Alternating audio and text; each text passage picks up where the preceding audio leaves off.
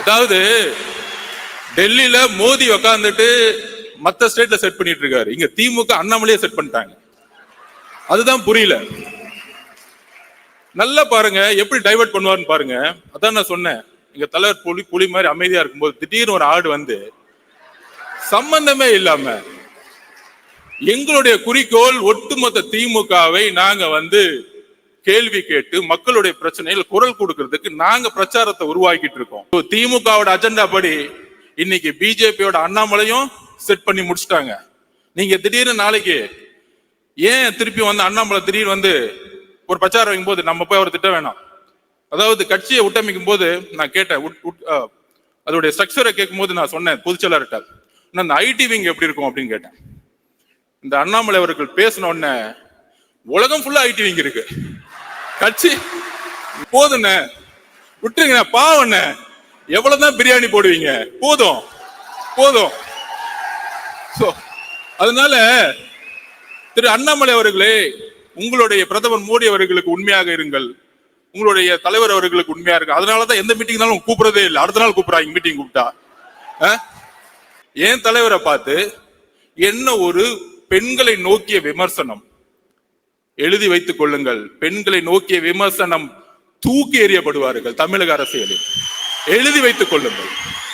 பல தலைவரும் தலைமை கழகமும் 2026 தேர்தலுக்கு என்ன செய்யணுங்கிறத அவங்க பார்த்துப்பாங்க. ஆனா நம்ம செய்ய வேண்டியதை நாம செய்யணும், செஞ்சே ஆகணும். அது என்னன்னா, தேர்தலுக்கு இன்னும் கொஞ்சம் காலம் தான் இருக்குது. அதுக்குள்ள நம்ம யாருன்றத நம்ம எதிரிகளுக்கு காட்டணும், அதே மாதிரி மக்களுக்கும் காட்டணும்.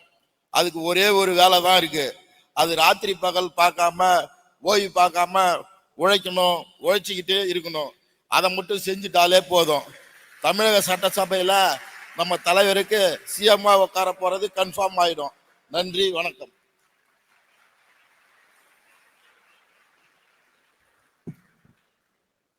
நன்றி அண்ணா, நீங்கள் சொன்னதை நாங்கள் நினைவிலும் நெஞ்சிலும் நிறுத்துவோம்.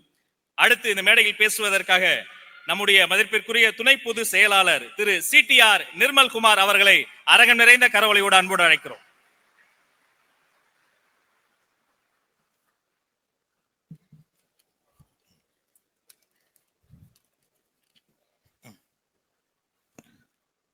இந்த மாபெரும் வரலாற்று சிறப்புமிக்க பொதுக்குழு கூட்டத்திற்கு தலைமையேற்று நம்மை வழிநடத்தி கொண்டிருக்கும் நமது தமிழக வெற்றி கழகத்தின் தலைவர் அண்ணன் விஜய் அவர்களே, பொதுச் செயலாளர் அண்ணன் ஆனந்த் அவர்களே, பொருளாளர் அண்ணன் வெங்கட்ராமன் அவர்களே, தேர்தல் மேலாண்மை பொதுச் செயலாளர் சகோதரர் ஆதவர்ஜுன் அவர்களே, தலைமை நிலைய செயலாளர் அண்ணன் ராஜசேகர் அவர்களே, கொள்கை பரப்பு துணை செயலாளர் சகோதரி தகிரா அவர்களே, உறுப்பினர் சேர்க்கை பிரிவு செயலாளர் சகோதரி விஜயலட்சுமி அவர்களே, மற்றும் இங்கே வருகை புரிந்திருக்கும் அனைத்து மாவட்ட செயலாளர்கள் மற்றும் பொதுக்குழு உறுப்பினர்களுக்கு என்னுடைய வணக்கத்தை தெரிவித்துக் கொள்கிறேன். கிட்டத்தட்ட கட்சி ஆரம்பிச்சு 1.5 வருஷம் ஆச்சு, 1 வருஷம் 2 மாசம் ஆச்சு. 2 மாசத்துல தமிழகம் முழுவதும் ஒரு புது உணர்வு, கிட்டத்தட்ட எல்லா இடத்துலையும் அது உணர முடிகிறது. என்னன்னு பாத்தீங்கன்னா, பொதுமக்கள் கிட்டத்தட்ட 40-50 ஆண்டுகளாக 2 தலைமுறைன்னு சொல்லலாம், அரசியலை விட்டே ஒதுங்கி வெறுத்து ஒதுங்கி இருந்த பொதுமக்கள், பெண்கள், இளைஞர்கள் இன்னைக்கு இந்த 1 வருஷமாக ஒவ்வொரு அரசியல் நிகழ்வையும் உற்று நோக்கி கவனிச்சு ஆரம்பிச்சிருக்காங்க. எல்லாரும் அதை உணர்ந்திருப்போம். உங்க எல்லாத்தையும் கேட்டிருப்பாங்க, கட்சி ஆரம்பிச்ச முதல் நாள் முதல் ஒவ்வொரு நிகழ்ச்சியும், தமிழக வெற்றி கழகத்தின் ஒவ்வொரு நிகழ்ச்சியையும் பொதுமக்கள் உற்று நோக்கி கவனிச்சு உங்க எல்லாத்தையும் கேட்டுட்டே இருப்பாங்க.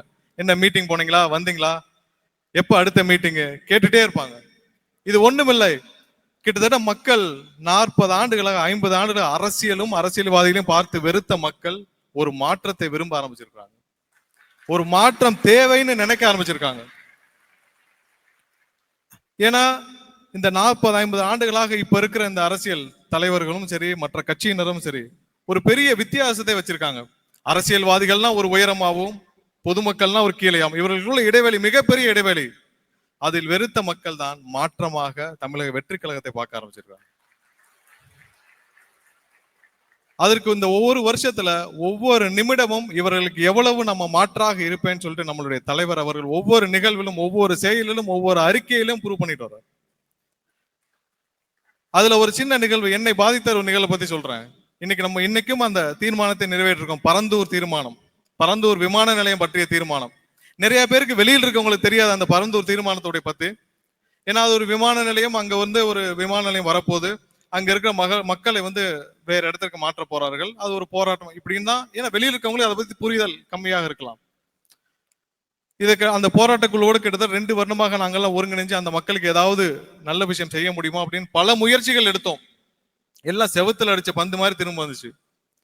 ஏனென்றால் அந்த விமான நிலையம் கட்டப்போவது மிகப்பெரிய ஒரு அதானி மாதிரியான ஒரு குழுமம், ஒரு 20,000 கோடி ப்ராஜெக்ட்னு வச்சுக்கோங்க. அந்த ப்ராஜெக்டை சுத்தி அடுத்த 10 வருடங்களுக்கு கிட்டத்தட்ட 1.5 லட்சம் கோடி அளவுக்கு ஒரு வர்த்தகம், அதாவது வணிக வளாகங்கள், மிகப்பெரிய ஒரு ஷாப்பிங் மால், இன்ஃப்ராஸ்ட்ரக்சர் டெவலப்மெண்ட் இப்படி வரப்போறது 1.5 லட்சம் கோடி அளவுக்கான மிகப்பெரிய திட்டங்கள். அப்ப இந்தியா முழுவதும் இருக்கிற மிகப்பெரிய அதிகார மையங்கள் தலையிட்டுள்ள ஒரு ப்ராஜெக்ட் அது. அதுல நாங்கள் நிறைய முயற்சி செய்தோம், ஏதாவது அந்த மக்களுக்கு ஒரு விடிவு காலம் கிடைக்குமான்னு சொல்லிட்டு. ஏனால் கிட்டத்தட்ட 10,000 பொதுமக்கள், ஏழை எளிய மக்கள் அங்கிருந்து வேரோடு நகர்த்த போறாங்க. அது ஒரு மிகப்பெரிய வழி. என்னன்னா அந்த இடத்தை பத்தி நம்ம சொல்லணும்னா அதுல நிறைய நீர்நிலைகள் மாற்றப்படுகிறது, இயற்கை பேரழிவுகள் நிறைய இருக்கு, நிறைய நீர் வழித்தடங்கள் அழிக்கப்பட போகுது, பெரும்பாலானது விளைநிலங்கள். அதையும் தாண்டி அங்க இருக்கிற ஏழை மக்களுக்கான காம்பன்சேஷனாவது ஒழுங்கா கொடுங்கன்றதான் இப்ப அவங்களுடைய ஒரே குறிக்கோள். இதை பற்றி எந்த அரசியல் கட்சியும் பேசவில்லை, எந்த அரசியல் கட்சி தலைவர்களும் பேசவில்லை. அப்பதான் இந்த தீர்மானம் வந்தது. இந்த தீர்மானம் வந்து அந்த மக்களோட 1000 நாட்கள் போராட்டத்திற்கு மிகப்பெரிய ஒரு வெளிச்சம் இந்த தீர்மானம். அந்த தீர்மானம், அதாவது நம்மளுடைய முதல் மாநாடு விக்கிரவாண்டி மாநாட்டில் வந்த தீர்மானத்தை பத்தி நான் சொல்றேன். அதற்கு அடுத்து ஒரு மிகப்பெரிய ஒரு இன்ப அதிர்ச்சி அந்த பரந்தூர் மக்களுக்கு. தன்னுடைய முதல் அரசியல் பயணத்தை பரந்தூர்ல இருந்து துவங்குவேன்னு அறிவிச்சார் நம்மளுடைய தலைவர் அவர்கள். சாதாரண விஷயம் இல்ல. முதல் தீர்மானம் நிறைவேற்றப்பட்ட பொழுதே எவ்வளவு பெரிய அழுத்தங்கள் வந்திருக்கும்னு புரிய முடியும். தலைவர் அவர்களுக்கும் இங்க இருக்கிற நிர்வாகிகளுக்கும் எவ்வளவு பெரிய அழுத்தம், ஏன்னா அவ்வளவு பெரிய லாபிகள் இன்வால்வ் ஆன இந்த இடம். எல்லாவற்றையும் தாண்டி நாங்கள் முயற்சி செய்த பொழுது எல்லா அரசியல் கட்சி தலைவர்களும், தோழமை கட்சி தலைவர்களும், மற்ற தலைவர்களும், அமைப்புகளும் என்ன தெரியுமா பார்த்தாங்க? என்ன ஒரு 10,000 ஓட்டு இருக்குமா அங்க இடத்துல? 10,000 பேர் இருப்பாங்களா அப்படின்னு பார்த்த இடத்தில் அந்த 10,000 பேரையும் 10,000 ஊரிலாக பார்த்தார் நம்மளுடைய தலைவர் அவர்கள். இதுதான் ஒரு தலைவனுக்கான வித்தியாசம். எல்லாரும் 10,000 ஓட்டா பார்த்தாங்க, 10,000 உயிராக பார்த்து அவர்களுக்காக களத்தில் வந்து நின்றார் நம்மளுடைய தலைவர் அவர்கள். இந்த தலைமையை தான் இன்னைக்கு தமிழக மக்கள் தேடிக்கிட்டு இருக்கு. நமக்காக உண்மையாக உழைக்கும் ஒரு தலைவன் தேவை, உண்மையாக உழைக்க ஒரு கட்சி தேவை. எல்லாம் சும்மா ஒரு படம் தான். இன்னைக்கு இருக்கிற அரசியல் கட்சிகள் எல்லாம் எதிர்கட்சியா இருக்கிற வரைக்கும் பலூனு, கருப்பு பலூனு, கருப்பு கொடை. ஆளுங்கட்சி ஆன பிறகு வெள்ளை கொடை, பட்டி வெற்றி சட்டையோட பிரதமரை வரவேற்க வரிசையில் நிற்பார் முதல்வர். ஏன் எதிர்கட்சியா இருக்கப்ப நீங்க விட்ட கருப்பு பலூன்ல அட்லீஸ்ட் வர்றப்ப உங்க எதிர்ப்பையாவது நேரடியா காட்டலாமே. ஒரு நிமிடம் கூட பிரதமருக்கு மனம் நோகவாமல் செயல்படணும்னு சொல்லி ஒவ்வொரு நொடியும் செயல்பட்டு விட்டு மேடையில் இருக்கிற வரைக்கும், வெளியில் இருக்கிற வரைக்கும் ஒன்றியம்னு கூப்பிடுவாங்க. பிரதமரை மேடையில வச்சுட்டு ஒரு முறை கூட ஒன்றிய அரசுன்னு சொல்லல, இந்திய அரசுன்னு மாத்திருவாரு முதல்வர் ஸ்டாலின் அவர்கள். அப்படி ஒரு பயம். நேர்ல வெளியேறின பிறகு அப்படியே மாற்றுறது. இந்த மாதிரியான ஒரு காம்ப்ரமைஸ்டு பாலிடிக்ஸையும் காம்ப்ரமைஸ்டு பொலிட்டீஷியன்ஸையும் பார்த்த மக்கள் ஒரு மாற்றத்தை, வித்தியாசத்தை தேட ஆரம்பிச்சதான் இந்த தேடலுடைய விளைவு. கடந்த ஒரு வருடமாக நம்ம எல்லாரையும் கேட்டுட்டு இருப்பாங்க அடுத்தடுத்த நிகழ்வை பத்தி, நம்ம இந்த நிகழ்ச்சியை பத்தி எல்லாத்தையும் பார்க்கக்கூடிய காரணம் மக்களுக்கு மிகப்பெரிய நம்பிக்கையை விதைத்திருக்கிறார் நம்மளுடைய தலைவர் அவர்கள். இந்த கிட்டத்தட்ட இந்த 4 வருஷம் முடிஞ்சிருச்சு திமுக ஆட்சிக்கு வந்து. 4 வருஷமா மக்கள் நல திட்டங்களை விட்டுருங்க, மக்கள் நல செயல்களை விட்டுருங்க, மக்கள் விரோத செயல்களை தவிர இவர்கள் எதுவுமே செய்யவில்லை. இதுலயே ரொம்ப கொடுமையான விஷயம் என்ன தெரியுமா? ஒரு அண்ணா நகர்ல ஒரு பாலியல் வன்கொடுமை, ஒரு குழந்தை பாலியல் வன்கொடுமை செய்யப்படுகிறார். அதை 2 நாள் இன்வெஸ்டிகேஷன்ல ப்ராப்ளம் எல்லாம் முடிஞ்சது. உயர்நீதிமன்றம் தலையிட்டு சிபிஐ விசாரணைக்கு உத்தரவிடுறாங்க. சிபிஐ விசாரணைக்கு உத்தரவிட்ட உடனே திரு ஸ்டாலின் அவர்கள் தலைமையிலான இந்த அரசு உச்ச நீதிமன்றம் போன்ற போய் அதை அப்பீல் பண்ணி அந்த சிபிஐ விசாரணைக்கு தடை கேட்டார்கள். அது அங்க கொட்டு வாங்கினாங்க, அது வேற விஷயம். என்ன சொல்ல விரும்புறாங்க அவங்க?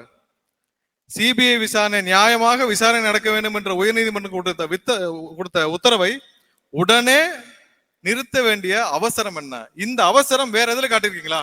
4 வருடமாக போதைப் பொருள் புழக்கம் அதிகமா இருக்கு, கள்ளச்சாராயம் அதிகமா இருக்கு, கஞ்சா விற்பனை அதிகமா இருக்கு. தனி எஸ்ஐடி போட்டீங்களா? தனி விசாரணை குழுவாவது போட்டீங்களா? தனியா ஒரு துறையாவது கிரியேட் பண்ணீங்களா? ஒரு பாலிசி கிரியேட் பண்ற இடத்துல இருக்கிற முதல்வர் எதுவுமே செய்யாமல் வேடிக்கை பார்க்கறதுக்கு அந்த பதவி. நீங்க வேணா உட்காந்து உங்க வீட்டுக்குள்ள உட்காந்து கூண்டு கிளியாக இருங்க, ஆனா அதுக்கு லயபிலிட்டி பொதுமக்களாக இருக்க முடியாது. ஒவ்வொரு இடத்திலும் உங்களுடைய நீங்க செய்யற தவறுகளால் பொதுமக்கள் ஒவ்வொரு நாளும் பாதிக்கப்படுறாங்க. இதை கேட்பதற்கு யாருமே இல்லை. இதுவரைக்கும் நாம கடந்த ஒரு வருடமாக நாம என்ன சொல்றோமோ தலைவர் அறிக்கை வந்தா அடுத்த நாள் சொல்யூஷன் வந்துடும். இதுதான் இப்போ இந்த ஒரு வருஷமா நடந்துட்டு வருது. எப்படி பரந்தூரில் அடுத்த நாள் அறிக்கை வந்துச்சு, அதே மாதிரி என்கிட்ட ஒரு மூத்த பத்திரிகையாளர் என்கிட்ட கேட்டார், என்னங்க இந்த மாதிரி உங்க தலைவர் வந்து போன தடவை பண்ணையாருன்னு சொல்லிட்டாரு அப்படின்னு. நான் ஒரே ஒரு உதாரணமா சொன்னேன் மக்களே, ஒண்ணும் இல்லை, எவ்வளவு பொதுமக்கள் இளைஞர்கள் இங்க இருக்கிற எல்லாரும் போராடி ஜல்லிக்கட்டை பெற்றாங்கன்னு தெரியும். அப்ப அந்த ஜல்லிக்கட்டை ரத்து செய்யும் பொழுது அதை வேடிக்கை பார்த்து அந்த கூட்டணி கட்சியில இருந்தவர்கள்லாம் திமுக. கடந்த முறை ஜல்லிக்கட்டு நடந்தப்ப எல்லாரும் பார்த்திருப்பீங்க, ஒன்றுமே இல்லை, எந்த தகுதியும் இல்லை. அந்த குடும்பத்தில் பிறந்த ஒரே காரணத்திற்காக துணை முதல்வராக நியமிக்கப்பட்டார். அரசியல் சாசனம் உங்களுக்கு அந்த இடம் கொடுத்ததால் நீங்க வேணா விஐபி கேர்ல உட்காரலாம். ஏன்னா அரசியல் சாசனம் உங்களுக்கு ஜல்லிக்கட்டு நடத்துறப்ப விஐபி கேர்ல ஏன்னா துணை முதல்வர் உட்காந்துக்கங்க, அதை பார்க்க வேண்டிய கட்டாயத்தில் பொதுமக்கள் இருக்கிறார். அதையும் தாண்டி தன்னுடைய குடும்பத்தினருடன், தன்னுடைய மகன்களுடன், அவர்களுடைய நண்பர்களுடன் அந்த விஐபி கேலரியில உட்கார்ந்து அங்க இருக்கிற ரொம்ப கொடுமையான விஷயம் என்ன தெரியுமா, இது பொது வழியில நடந்த நாள் குறிப்பிட வேண்டிய கட்டாயம் ஆயிருக்கு. இதே இதுல வேற எங்கேயாவது நடந்தது நம்ம இதை கண்டுக்க போறதில்ல.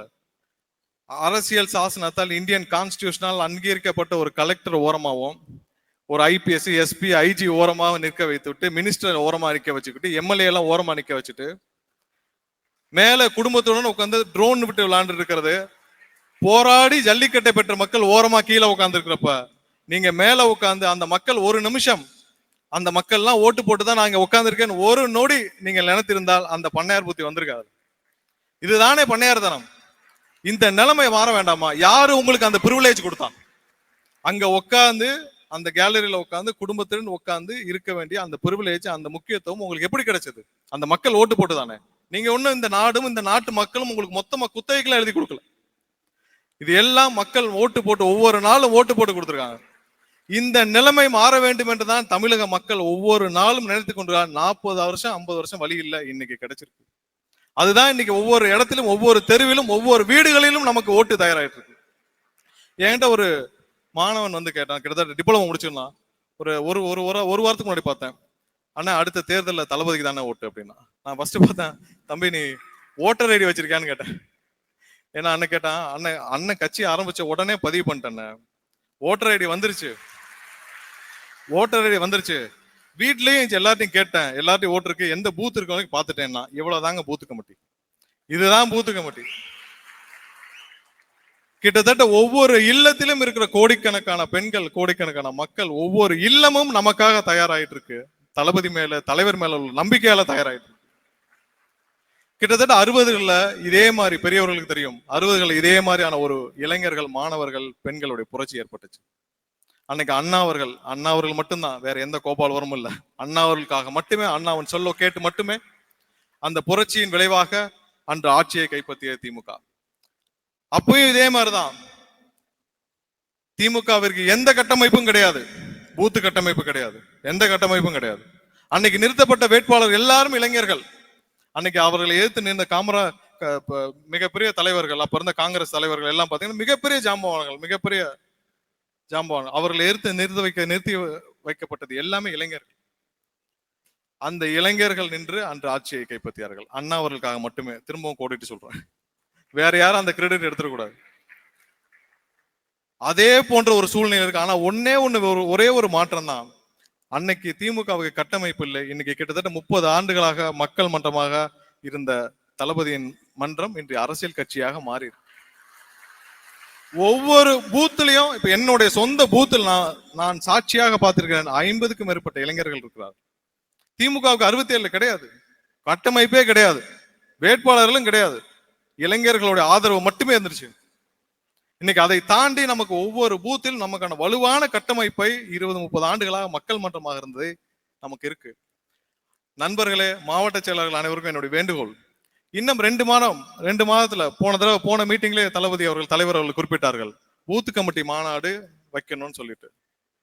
இன்னும் 2 மாதங்கள் தலைவரிடத்திலிருந்தும் பொதுச் செயலாளரிடத்தும் வழிகாட்டுதல் வரும். இன்னும் 2 மாதத்துல அந்த வழிகாட்டுதல 1% கூட காம்பன்சேட் பண்ணாம நம்ம உழைத்தால் கண்டிப்பாக இப்ப இருக்க அந்த சோ கால்டு பார்ட்டிகளோட மிகப்பெரிய கட்டமைப்பை நாம கொண்டு வர முடியும். 1% கூட காம்ப்ரமைஸ் பண்ணாதீங்க. அவர்களை விட உண்மையாக உறுதியாக உழைக்கக்கூடிய தொண்டர்களும் இளைஞர்களும் பெண்களும் இருக்கிறாங்க. மத்த கட்சியெல்லாம் காசு கொடுத்தா தான் பூத்து கமிட்டி, நம்ம கிட்ட அது இல்லாமலே இருக்கு. காசு கொடுத்து கூட்டிட்டு வந்து உட்கார வச்சாதான் பூத்து கமிட்டி, அது இல்லாமலே நூற்றுக்கணக்கான என்னுடைய பூத்துல 50 பேர் என்னால இன்னைக்கு காட்ட முடியும். அவ்வளவு பேர் நான் பார்த்தேன். 10 ஆண்டுகளாக இருக்கிறார்கள். இதை அடுத்த 2 மாசத்துக்கு அமைச்சிட்டோம்னா இதை விட வலுவான இயக்கம் எதுவுமே கிடையாது தமிழகத்துல. கடைசியாக ஒன்று சொல்லிக்கொள்ள விரும்புறேன். நம்ம கிட்ட வேணா 3 தலைமுறையாக கட்டி காப்பாற்ற ஒரு மிகப்பெரிய அரசியல் சாம்ராஜ்யம் இல்லாமல் இருக்கலாம். கிட்டத்தட்ட தொண்டர்களிடம் 5 ரூபாய் 10 ரூபாய் வசூல் செய்து கட்டிய மிகப்பெரிய அறிவாலயம் இல்லாமல் இருக்கலாம். ஆனால் ஒன்னே ஒண்ணு, எவ்வளவு பெரிய இக்கட்டான சூழ்நிலை வந்தாலும், பரந்தூர் மாதிரி எவ்வளவு பெரிய எதிர்ப்பு வந்தாலும், எவ்வளவு பெரிய இக்கட்டான சூழ்நிலை வந்தாலும், எவ்வளவு பெரிய நெருக்கடி வந்தாலும் எல்லாவற்றையும் எதிர்த்து மக்களுக்காக நிற்பென்ற தலைவர் இருக்கிறார். அதற்கு ஒரு படி மேலே போய் இந்த தலைவர் தான் தமிழகத்தை காக்க முடியும், தமிழகத்தில் மாற்றத்தை கொண்டு வர முடியும், தமிழகத்தில் இன்னைக்கு மக்களுக்கு அடுத்த ஒரு உழைக்கக்கூடிய ஒரு உண்மையான கட்சியை கொடுக்க முடியும் என்று நம்புற மக்கள், கோடிக்கணக்கான மக்கள் இருக்கிறார்கள். இது 2 போதும். இது 2 போதும். அடுத்த 1 வருடம் கடினமாக நமக்கு கடினமான நாட்கள் கடினமாக உழைக்க வேண்டியிருக்கும். அதை நாம் நம்மளுடைய வேலையை சிறம்பட செஞ்சிட்டாலே போதும். பொதுமக்கள் ஒவ்வொரு இல்லத்திலும் தயாராக இருக்கிறார்கள். நம்மளுடைய வேலையை சரியா செஞ்சிட்டாலே போதும். அடுத்த வருடம் இதே நேரத்துல கிட்டத்தட்ட இதே சூழ்நிலையில மாண்புமிகு தமிழக முதல்வராக நமது தளபதி அவர்கள், திரும்ப சொல்வா, மாண்புமிகு தமிழக முதல்வராக தளபதி விஜய் அவர்கள் பொறுப்பேற்கும் வரை, உலகெங்கும் இது ஒழிக்கும் வரை இடைவிடாது உழைப்போம். வெற்றி நிச்சயம், வெற்றி நமதே. இந்த வரலாற்று சிறப்புமிக்க பொதுக்குழு கூட்டத்திற்கு எனக்கு இந்த வாய்ப்பை அளித்த அனைவருக்கும் என்னுடைய நன்றி தெரிவித்துக் கொண்டு, தலைவருக்கு என்னுடைய நன்றி தெரிவித்துக் கொண்டு விடைபெறுகிறேன். நன்றி, வணக்கம். நன்றி அண்ணா. தலைவர் மற்றும் தலைமை நிர்வாகிகளினுடைய அனுமதியோடு உடல்நிலை சரியில்லாமல் தொலை தூரத்திலிருந்து வந்திருக்கார் ஒரு தோழர். அவருடைய ஒரு சின்ன கோரிக்கை இந்த மேடையில நாங்க இப்போ பதிவு செய்ய ஆசைப்படுகிறோம். வடசென்னை ஜெகன் அவர்களை அன்போடு அழைக்கிறோம். வாங்க.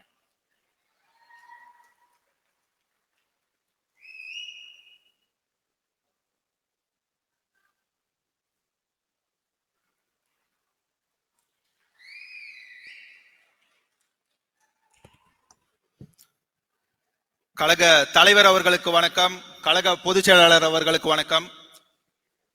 ஆனா ஒரு சின்ன கோரிக்கை, எல்லாரும் எல்லாத்தையும் பத்தி நல்லா பேசினாங்க. தமிழ்நாட்டில் இப்ப இருக்க மிகப்பெரிய பிரச்சனை என்னன்னு பாத்தீங்கன்னா விவசாயியோட தற்கொலை பிரச்சனை. அண்ணா,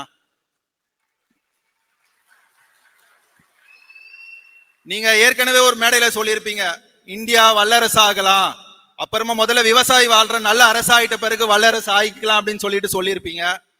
அதே கோரிக்கை தான் நான் உங்ககிட்ட வைக்கிறேன். 2026ல நீங்க ஆட்சி அமைக்கிறது உறுதி.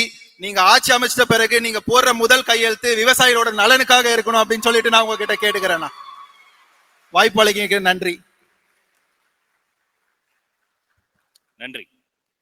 அடுத்து தேர்தல் பிரச்சார மேலாண்மை பொதுச் செயலாளர் திரு ஆதவ் அர்ஜுனா அவர்கள் இதோ உங்கள் முன்னால். தலைவர் அவர்களுக்கு புத்தகத்தை பரிசாக தந்து உங்கள் முன்னால் உரையாற்ற வருகிறார். அரகம் நிறைந்த கரவொலியோடு அவரை வருக வருக வருக என வரவேற்கிறோம்.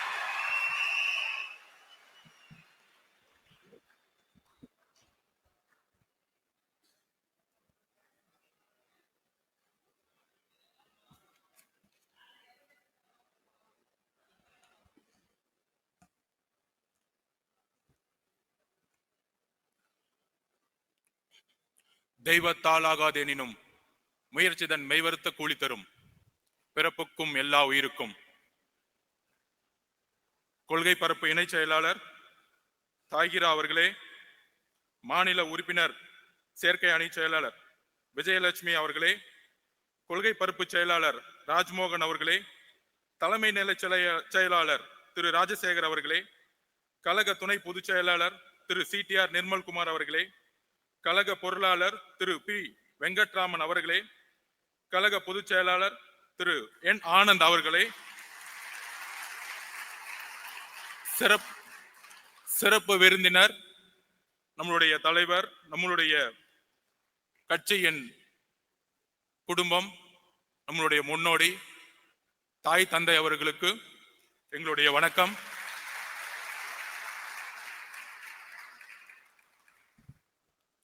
தோழர்களே, கட்சியினுடைய மாநில மாவட்ட நிர்வாகிகள் அனைவருக்கும் வணக்கம். தலைவர் அவர்கள் நம்ம நிறைய கோரிக்கைகளை நிறைவேற்றினோம்.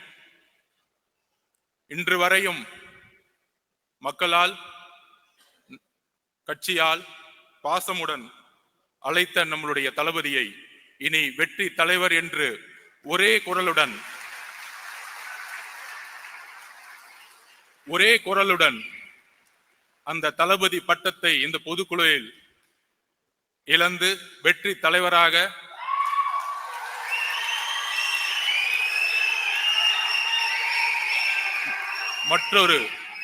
மற்றொரு தீர்மானமாக உங்கள் முன் நான் சமைக்கிறேன். ஆம் என்பவர்கள் கையை தூக்கலாம். ஆம். என்னுடைய தலைவர் அவர்களுக்கும் என்னுடைய அண்ணன் என்று சொல்லக்கூடிய விஜய் அண்ணா அவர்களுக்கும் என்னுடைய வணக்கம். இந்த அவையினுடைய பெயர் ராமச்சந்திரா. 1972 எந்த தீய சக்தியை எதிர்த்து, எந்த ஊழலை எதிர்த்து, எந்த குடும்ப ஆட்சியை எதிர்த்து ஆரம்பித்தாரோ திரு ராமச்சந்திரன் அவர்கள், அவருடைய பெயரிலிருந்து நம்மளுடைய முதல் பொதுக்குழு உதயமாகி கொண்டிருக்கிறது. என்ன ஒரு வரலாறு, என்ன ஒரு வரலாற்று இணைப்பு.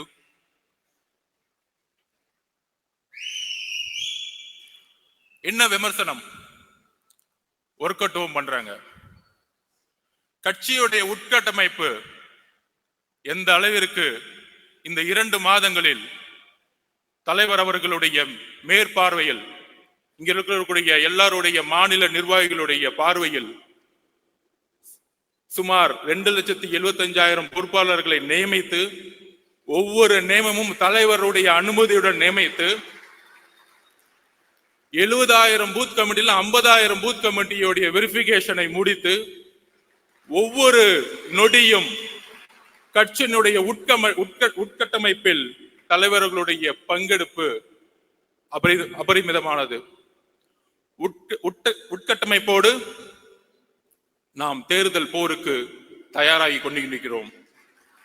நீங்க சொல்ற மாதிரி ஒர்க் அவுட் ஹோம் இல்ல, உங்களெல்லாம் ரிட்டையர்மெண்ட் கொடுக்கறதுக்கு தான் ரெடி ஆயிட்டு இருக்கோம். உங்களுடைய 70 வருஷ அரசியல், உங்களுடைய ஒட்டுமொத்த மன்னராட்சி, குடும்ப ஆட்சி, 40 வருஷமா வேட்பாளர்னா இந்த அமைச்சர் பெரிய ஆளு, இந்த அமைச்சர் நிறைய செல்வாக்கு, நிறைய காசு வச்சிருக்கார், இந்த ஊழல் அரசியல் அமைச்சர்களையும் ஊழல் குடும்பத்தையும் தூக்கி எறிவதற்காக கட்சியுடைய உட்கட்டமைப்பை அமைதியாக பொறுமையாக உருவாக்கி கொண்டிருக்கிறார். கூடிய விரைவில் பொதுச் செயலாளர் அவர்கள் அறிவிப்பார்கள். கட்சியுடைய உட்டமைப்பு தமிழகமே எதிர்பார்க்கக்கூடிய ஒரு மிகப்பெரிய அதிர்வலையை உருவாக்கக்கூடிய ஒரு மாநாடை நடக்கும் பொழுது கட்சியுடைய உட்கமைப்பு எந்த அளவிற்கு 70 வருட கட்சிகளுக்கு நாம் ஒரு பெரிய சேலஞ்சா இருக்க போறோங்கிறத பதிவு செய்ய கடமைப்பட்டிருக்கிறோம். இதுக்கு நடுவுல எப்ப நம்மளுடைய போராட்டம் தொடர்ந்தாலும், மாநில அரசுடைய ஜனநாயகத்துக்கு எதிரான போராட்டமாக இருந்தாலும், ஒன்றிய அரசினுடைய தமிழர்களுக்கு எதிரான கொள்கைகளா இருந்தாலும், போராடும் பொழுது ஒரு நெரேட்டிவை செட் பண்ணிட்டு இருக்காங்க. ஒரு கருத்தை உருவாக்கிட்டே இருப்பாங்க. அதை நான் இங்க பதிவு பண்ண நினைக்கிறேன். அண்ணா யூனிவர்சிட்டியில ஒரு மிகப்பெரிய பாலியல் பிரச்சனை உருவானது. இன்றைக்கு இருந்த ஆளும் கட்சி அதை மூடி மறைக்க பார்த்தாங்க. நம்மளுடைய தலைவர் ஸ்டேட்மெண்ட் வந்த பிறகுதான் தமிழகம் முழுவதும் எங்கே சார் என்கின்ற குரல் ஒலித்தது. ஒவ்வொரு பிரச்சனைக்கும் ஒவ்வொரு வினாடியும் குரல் கொடுக்கக்கூடிய இயக்கம். அப்படி குரல் கொடுத்துட்டு நம்மளுடைய ஒரே குறிக்கோள், நம்மளுடைய மாநாட்டில் தலைவர் அவர்களும் ஒட்டுமொத்த கட்சியும் ஒரு அஜெண்டாவை பிக்ஸ் பண்ணார். நம்மளுடைய ஒரே அரசியல் எதிரி திமுக, ஊழல், குடும்ப ஆட்சி, அதோடு சேர்ந்து கொள்கை எதிரி பிஜேபி. தமிழர்களுக்கு எதிரான கொள்கைகளை உருவாக்கக்கூடிய அரசை நாம் எப்பொழுதும் எதிர்ப்போம். இந்த டைரக்ஷன்ல நம்ம கரெக்டா போயிட்டு இருக்கும் பொழுது, இந்த புலி அமைதியா தூங்கிட்டு இருக்கும்போது திடீர்னு ஒரு ஆடு வந்து,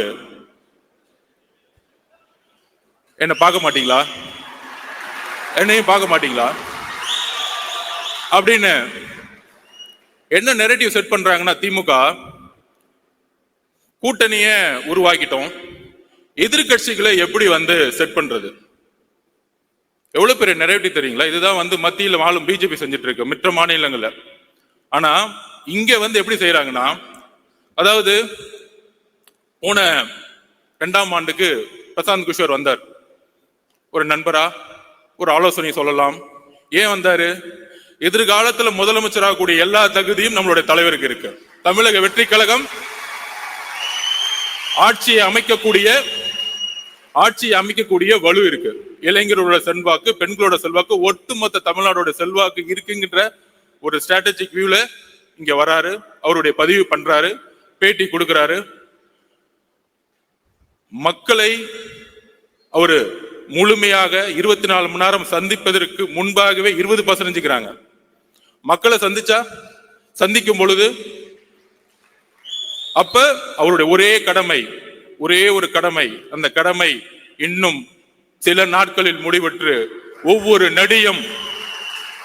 நொடியும் மக்களை நோக்கி என்னுடைய தலைவரும் இங்க கட்சியில் இருக்கக்கூடிய ஒவ்வொரு பொறுப்பாளர்களும் வரும்பொழுது மக்களுடைய உண்மையான பிரச்சனைகளை சொல்லக்கூடிய ஒரே தலைவராக கட்சியாக தமிழகத்தில் இருக்கும். இப்படி நம்மளுடைய பயணம் போயிட்டு இருக்கும் பொழுது, நம்ம ஏதோ பிரசாந்த் கிஷோர் அவர்கள் கூட்டிட்டு வந்தவொடனே ஒரு பெரிய டிஎம்கே வந்து நமக்கு எதிராக வந்து ஒரு கட்டமைப்பு உருவாக்குனாங்க, பீகார் ஹிந்தின்னு. இப்ப திமுக என்ன பண்ணிருக்காங்கன்னா, ஒரு பெரிய நிறுவனம் இருக்கு பெண்ணுன்னு சொல்லிட்டு தன்னுடைய மருமகனை வச்சு நடத்திட்டு இருக்காங்க. அதோட சேர்ந்த ஐபேக் அப்படி ஒரு நிறுவனத்தோட சைன் போட்டிருக்காங்க. ரிஷி அவர்கள் யூபில இருந்து வந்தவர், முழுக்க பிஜேபிக்காக ஒர்க் பண்ணவர். அதுக்கப்புறம் ராபின் சர்மா மகாராஷ்டிரால காங்கிரஸுக்கு எதிராக ஒர்க் பண்ணவர். அதுக்கப்புறம் திரு சுனில் அவர்கள். ஏன்னா இவங்க பேர்லாம் ஏன் சொல்றேன்னா, பிகே பத்தி என்னெல்லாம் பேசினாங்களோ இந்த மீடியால பதில் கொடுக்கணும்ல, எங்களுக்கும் அரசியல் தெரியும்ல.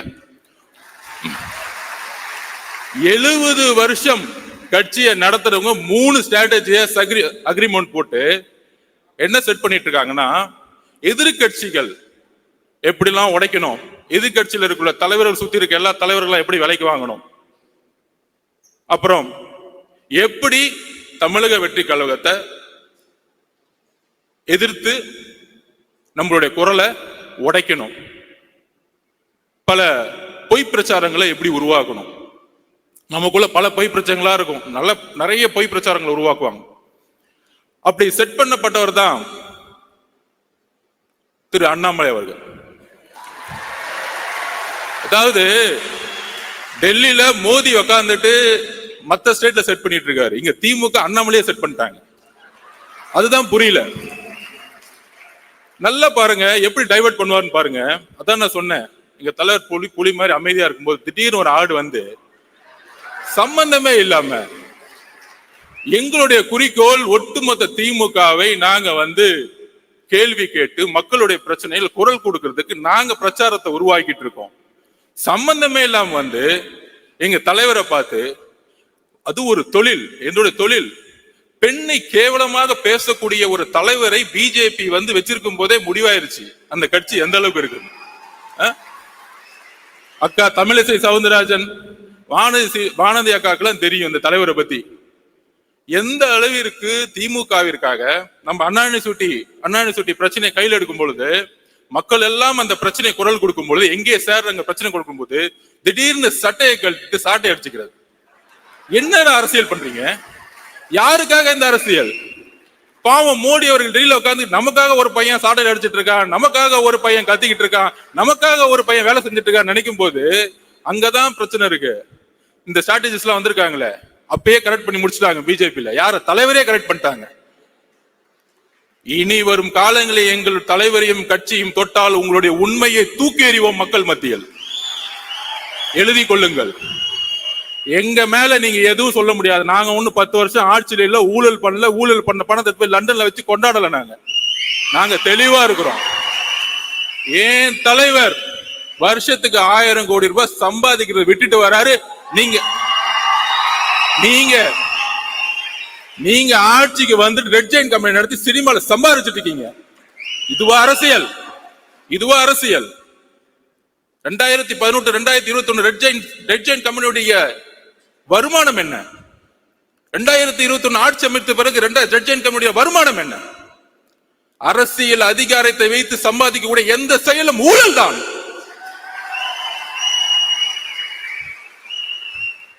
நியாயமாக ஒரு நாள் ஷூட்டிங்க்கு கிட்டத்தட்ட 1000 பேர் வந்து ஒர்க் பண்ணிட்டு 15 மணி நேரம் 17 மணி நேரம் ஒரு நடிகர் நடிகைகள் வேலை செய்து மக்களுக்காக இருக்கக்கூடிய ஒரு ப்ரொஃபஷனல், அந்த ப்ரொஃபஷனலை இழிவுபடுத்தி எம்ஜிஆர் அவர்களை எந்த அளவுக்கு நீங்க 72 to 72 நீங்கள் வந்து இழிவு செய்தீர்களோ, அதனாலதான் நீங்க எம்ஜிஆர் இறக்க மறையும் நீங்க வீட்டுல உட்கார்ந்துட்டு இருந்தீங்க. நீங்க ஒர்க் அவுட் ஹோம்ல உட்கார்ந்துட்டு இருந்தீங்க.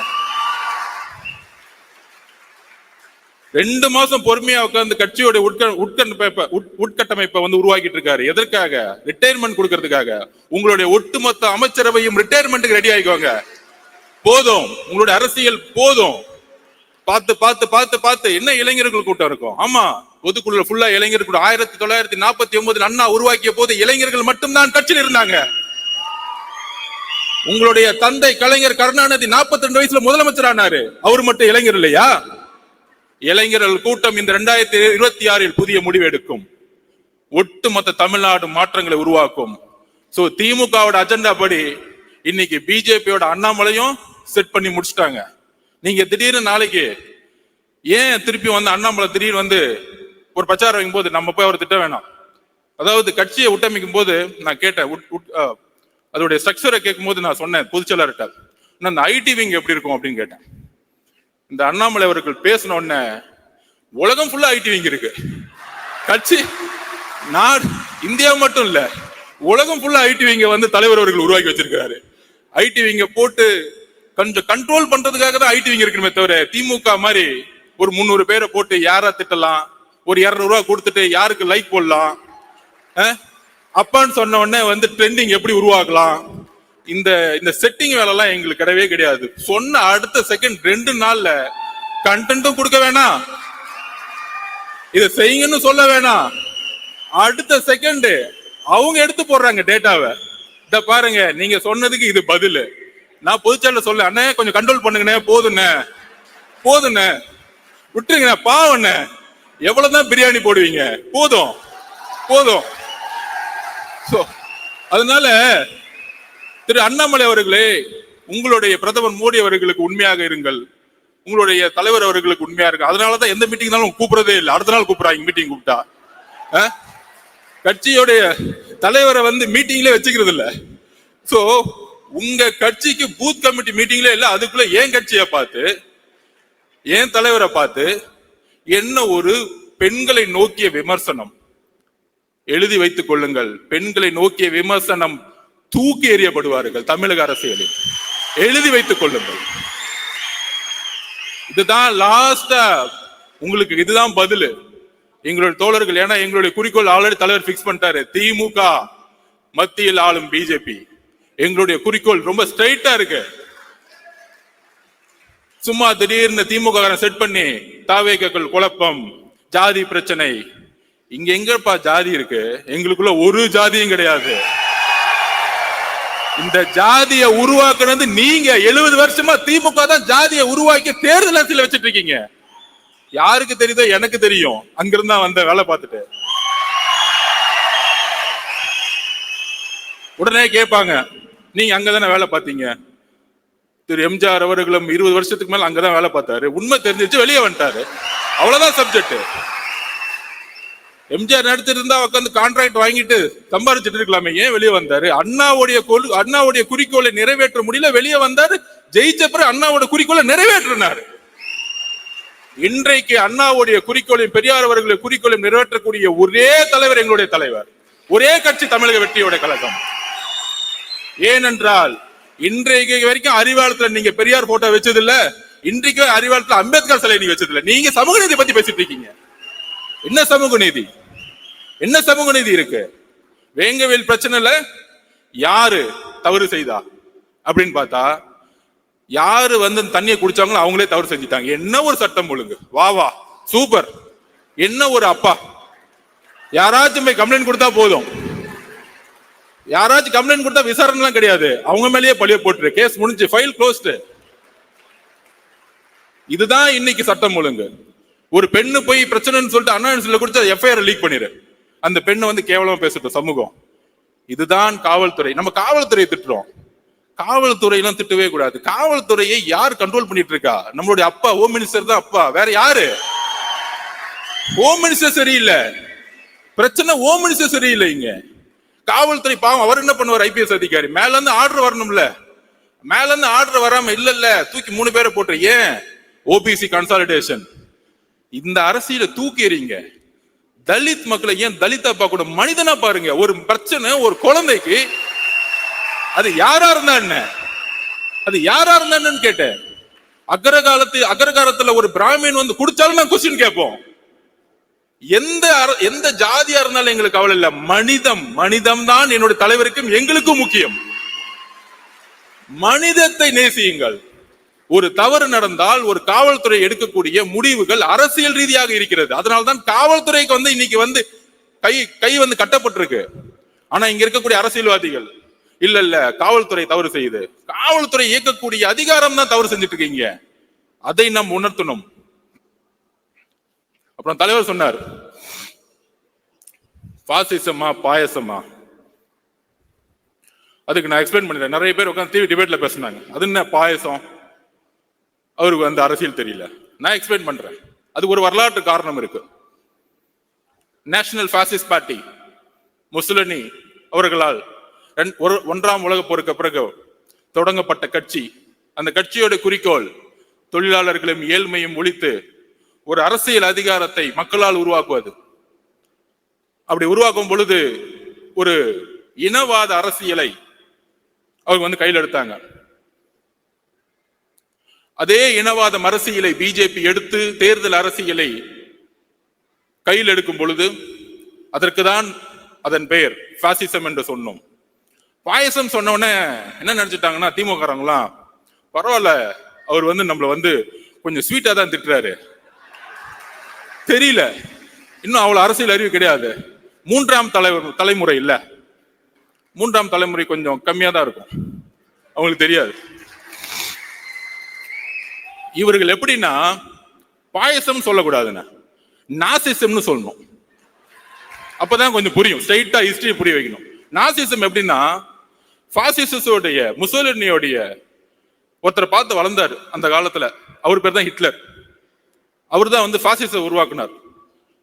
National socialist German labours party, அந்த கட்சியோட பேர் பார்த்தீங்கன்னு வச்சுக்கோங்க, சோசியலிஸ்ட், லேபர், தொழிலாளர்கள் எல்லோரும் சமம் அப்படிலாம் இருக்கும். நம்ம திமுக மாதிரி.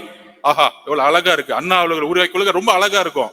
அண்ணா 3ஆவது தலைமுறையில ஒண்ணுதான் ஊழல், சும்மா பேருக்கு வந்து பேசிக்குவோம், ஜனநாயகமே இருக்காது. நம்ம சட்டசபையில பேசுவாங்கல்ல, நம்ம ராஜ்மோகன் அவர்களை போய் நம்ம எப்படி அவையை வந்து நடத்தினாரு, அவரை வந்து நம்ம வந்து ஸ்பீக்கர் ஆகிடலாம். சட்டசபை பார்த்தீங்கன்னா எப்படி இருக்குன்னா, எதிர்கட்சி தலைவர்கள் பேசுறத காமிக்கிறதே கிடையாது.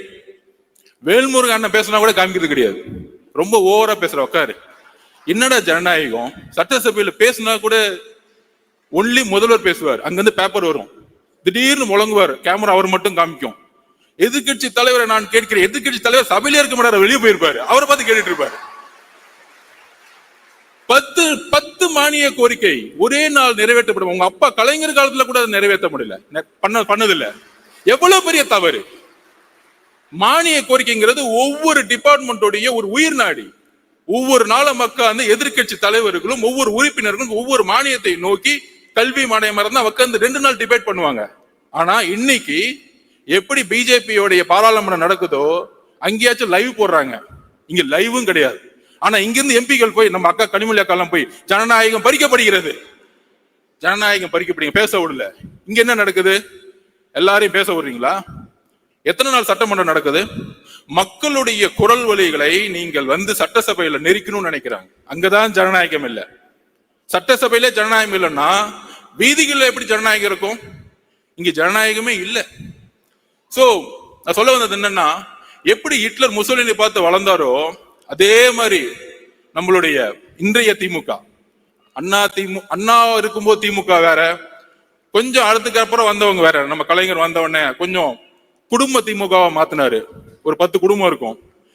இப்ப திமுக அப்படின்னா ஒரே குடும்பம், 10 குடும்பம் எல்லாம் கிடையாது, எல்லாரும் கிளம்பு, எல்லாம் ஒரே குடும்பம் தான். என் பையன், அடுத்தது இன்னொருத்தர் இருக்காரு, மருமகன், 2 பேர் தான். மித்த 10 குடும்பம். இதுதான் கலைஞர்கிட்ட இருந்தும் இன்னைக்கு இருக்கக்கூடிய முதல்வருக்கும் உள்ள வித்தியாசமே. அங்க வேணாலும் நல்ல அப்பாவா இருக்கிறார், தமிழகத்திற்கு அப்பாவாக நீங்கள் இல்லை, நீங்கள் இல்லை. கள்ளக்குறிச்சியில் 70 பேர் இறந்தாங்க. 70 பேர் இறக்கும் பொழுது நீங்கள் அங்க போகல. ஏன் போல? எதுக்கு போல? கள்ளக்குறிச்சியில இறந்தவன ஐஏஎஸ் மாத்துறாங்க, ஐபிஎஸ் மாத்துறாங்க. ஒரு வார்டு கவுன்சிலருக்கு நம்ம ஒரு வீடு கட்டினா வந்து நிக்கிறாரு, எனக்கு ஏன்டா கமிஷன் கொடுக்க மாட்டேங்கிற வீடு கட்டுறேன்னு.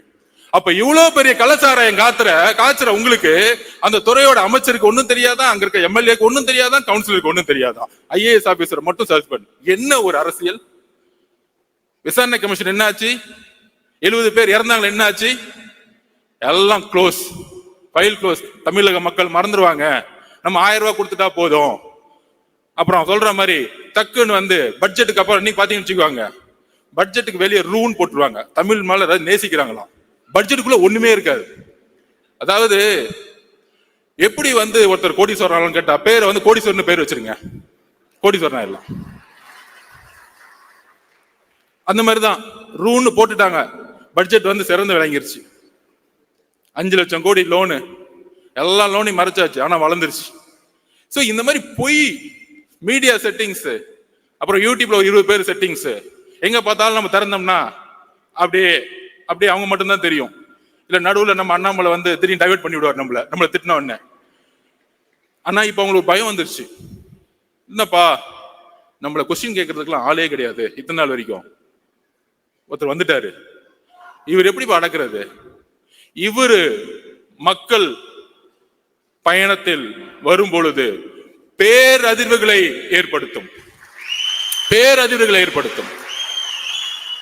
அவர் கேட்கக்கூடிய ஒவ்வொரு கேள்வியும் மக்கள் மனசில் இருக்கக்கூடிய கேள்வி கேட்கக்கூடிய சிந்தனைகளா மாறும். இதை தான் பயப்படுறோம். அதனாலதான் தமிழக வெற்றி கழகத்தின் மீது கடுமையான எதிர்ப்புகளும், ஆளுங்கட்சி, எதிர்கட்சி, ஒன்றிய கட்சி, எல்லா கட்சி எதிரி. நீங்க யார் கூட சேர்ந்தாலும் சரி, சிங்கிளா மெஜாரிட்டியோட எங்களால ஜெயிக்க முடியும். அதுக்கு சொல்லுவாங்க நிறைய அரசியல் புலிகள் தரவுகள் பாத்தீங்கன்னா, இல்ல இவ்வளவு பர்சன்டேஜ் தான் இருக்கு, எவ்வளவு பர்சன்டேஜ் தான் இருக்கு அப்படிலாம் செட் பண்ணிட்டு டிஎம்கேக்கு ஃபேவரா வந்து எல்லாம் கிளீனா பேசிட்டு இருப்பாங்க. எந்த அளவுக்கு வந்து நடிப்புனா, கெட் அவுட் மோடின்னு ஒரு பிரச்சாரத்தை உருவாக்குவாங்க திமுக. எல்லா ஊடகவியலாருக்கும் நான் பதிவு பண்றேன். நமக்கு வந்து பார்த்தா தெரியும், நம்ம எல்லாம் ஒன்றிய அரசு பயங்கரமா திமுக தான் இருக்கு, தமிழ்நாட்டுல வந்து ஒன்றிய அரசை பிஜேபி எதிர்க்கக்கூடிய ஒரே கட்சி அப்படிங்கிற ஒரு பிரச்சாரத்தை தவிர இந்த 3 எலெக்ஷன் வேற எந்த அஜெண்டாவும் அவங்களுக்கு கிடையாது. எலெக்ஷன்ல ஜெயிக்கிறதுக்கு மட்டும்தான் பிஜேபியை வந்து அவங்க வந்து எதிர்க்கக்கூடிய ஒரு விஷயம். கெட் அவுட் மோடின்னு இப்ப திடீர்னு ஒரு பிரச்சாரத்தை உருவாக்குவாங்க. ஆனா கெட் அவுட் மோடின்னு சொல்லும்போது மோடி ஊர்லயே இருக்க மாட்டார் தமிழ்நாட்டுல. ஆனா மோடி வரும் பொழுது அப்பாவும் பையனும் போயிட்டு வெள்ளை கொடையை பிடிச்சிட்டு இருப்பாங்க அப்படி ஏர்போர்ட்ல. நான் சத்தியமா பார்த்தது இல்ல, மழை பெஞ்சா நம்ம கருப்பு கலர்ல தான் கொடையை பிடிச்சிருப்போம். சோ அந்த அளவிற்கு பிஜேபியோட மறைமுகமாக இப்ப அதிமுக போய் சேர்ந்தாங்க, விமர்சனம் வருது, மக்கள் முன்னாடி நிக்கிறாங்க, மக்கள் வந்து ஏத்துக்கல, அதனால வந்து அதிமுக தோல்வி வருது, பிஜேபினால தோல்வி வருது. ஏன்னா முதல் நாளே முஸ்லீம், கிறிஸ்டியன்ஸ், நம்ம தலித் தோழர்களுடைய ஓட்டு 18% இழந்துருவாங்க பிஜேபி கூட யாரு சேர்ந்தாலும். இது எல்லோருக்கும் தெரிந்த அரசியல். அப்ப அட்லீஸ்ட் இந்த மக்கள் முன்னாடி நிக்கிறாங்க, தோல்வியை அக்செப்ட் பண்றாங்க, அவங்க வந்து விமர்சனத்தை எதிர்கொள்றாங்க. ஆனா மிகப்பெரிய ஆபத்து என்ன தெரியுமா? எதிர்க்கிற மாதிரி எதிர்த்துட்டு இங்க வந்து நாடகம் ஆடிட்டு இருக்காங்க பாத்தீங்களா, இந்த அண்ணாமலை அவர்கள் கூடயே வச்சுக்கிட்டு. இதுதான் மிகப்பெரிய ஆபத்து. அதனாலதான் நம்ம நாசிசம்னு சொல்றோம். முசோலினி, ஹிட்லர் 2 பேரும் சேர்ந்துகிட்டு ஒரு அரசியலை இங்க உருவாக்கி கொண்டிருக்கிறார்கள். அந்த அரசியலை தமிழகத்தில் தூக்கி எறியக்கூடிய ஒரே கட்சியாகவும் தலைவராகவும் இருப்பதனாலதான் நம்ம மேல இவ்வளவு பெரிய விமர்சனங்கள் வருது. இவ்வளவு பெரிய விமர்சனங்கள் வருது. அதை நம்ம புரிஞ்சுக்கணும். ஏன்னா இங்க இருக்க கட்சியில் இருக்கக்கூடிய ஒவ்வொரு நிர்வாகிகளும் அடுத்த 13 மாதங்கள் தேர்தல் பிரச்சாரத்தில் நாம் ஒன்று சேர போறோம். உங்களுக்கு கீழே இருக்கக்கூடிய 70,000 பூத் மெம்பர்ஸ் நீங்க தான். இந்த வேர்கள் தான் நம்மள வந்து சென்ட் ஜார்ஜ் கோட்டையில தலைவர் அவர்களை உட்கார வைக்க போகுது. இங்க இருக்கக்கூடிய ஒவ்வொரு நிர்வாகிகளும் கடுமையான போராட்டத்திற்கு நம்ம வந்து மனசு வச்சுக்கணும். கடுமையா, கண்டிப்பா எஃப்ஐஆர் போடுவாங்க, மிரட்டுவாங்க, போராட்டம் நடத்தினா அலோவ் பண்ண மாட்டாங்க. அதையும் மீறி இவங்க சொல்றாங்களே, இவர் வந்து களத்துக்கு வர மாட்டேங்கிறாரு, போராட்டம் பண்ண மாட்டேங்கிறாரு. என்ன போராட்டம் பண்ணிட்டு இருக்கீங்க? போராட்டம்னா என்ன பண்ணிட்டு இருக்கீங்க? கமிஷனர்ட்ட பர்மிஷன் வாங்கி ஒரு இடத்துல போர்டு வச்சுக்கிட்டு 6 மணிக்கு மேல என்ன ஏன் விடலன்னு கேட்கறதா போராட்டம்? இதுவா போராட்டம்? என்ன போராட்டம் தமிழகம் கண்டது? முதலில் சட்ட சீர்திருத்தத்தை, அரசியலமைப்புடைய சட்ட சீர்திருத்தத்தை, ஃபர்ஸ்ட் அமெண்ட்மெண்டை உருவாக்கியது தமிழ்நாடு.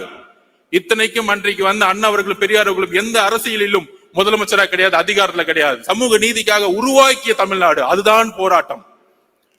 ஜெயபிரகாஷ் நாராயணன் எமர்ஜென்சிக்கு எதிராக 1977 உருவாக்கினாரே மிகப்பெரிய மக்கள் போராட்டம். அதுதான் போராட்டம்.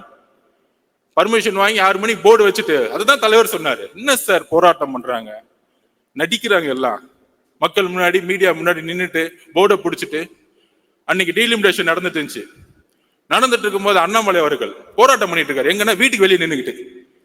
ஏன்னா ரோட்டுக்கு போனா தூக்கிட்டு போயிடுவாங்க, பிளைட் மிஸ் ஆயிடும். என்ன போராட்டம் இதெல்லாம்? நீங்க என்ன பார்த்து போராட்டம் தெரியுமா? வெயிட் பண்ணுங்க, இன்னும் 2 மாசம் போராட்டம்னா என்னன்னு காமிக்கிறோம்.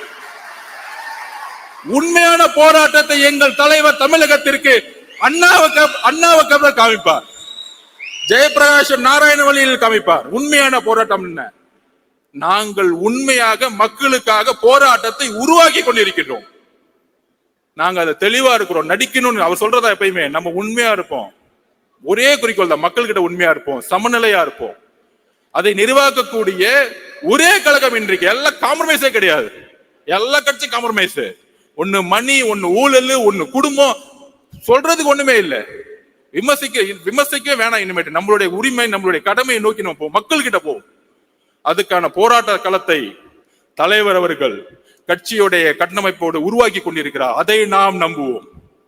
எல்லாரும் சொல்ற மாதிரி தலைவர்கிட்ட இன்னைக்கு வந்து ஒரு அதிகாரம் கொடுத்துட்டோம். கூட்டணி எதுவா இருந்தாலும் தலைவர் கையில் நம்ம அதிகாரத்தை கொடுத்துட்டோம். அவருக்கு தெரியும் மக்களோட வழியில் நல்ல முடிவு எடுப்பார். அந்த முடிவு 2026 மாற்றத்தை உருவாக்கும்.